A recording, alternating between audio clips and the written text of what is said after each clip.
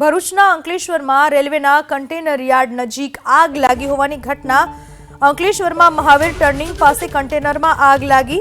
સૂકા ઘાસ અને કચરાના કારણે ભીષણ આગ લાગી। ફાયર વિભાગની ટીમે આગ ઉપર કાબુ મેળવ્યો। ભરૂચના અંકલેશ્વરની ઘટના છે। રેલવેના કન્ટેનર યાર્ડમાં આગ લાગી।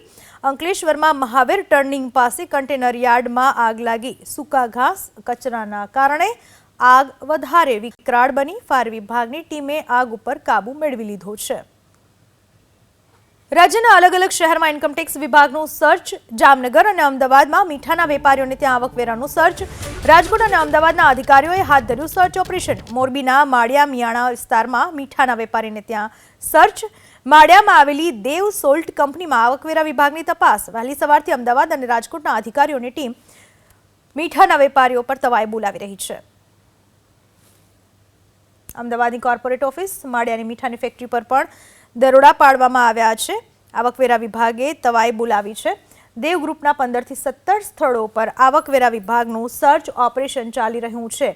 આ ઓપરેશન મોટું હોવાના કારણે જામનગર અને રાજકોટથી પણ ટીમો બોલાવવામાં આવી છે। આઈટીની તપાસમાં બેનામી વ્યવહારો અને દસ્તાવેજી પુરાવાઓ પણ એકત્રિત કરવામાં આવ્યા છે। ગુજરાતના મોટા ગજાના ક્ષત્રિય અગ્રણીના સંબંધીને ત્યાં આઈટીની કાર્યવાહી। અલગ અલગ શહેરોમાં આઈટી વિભાગનું સર્ચ ઓપરેશન।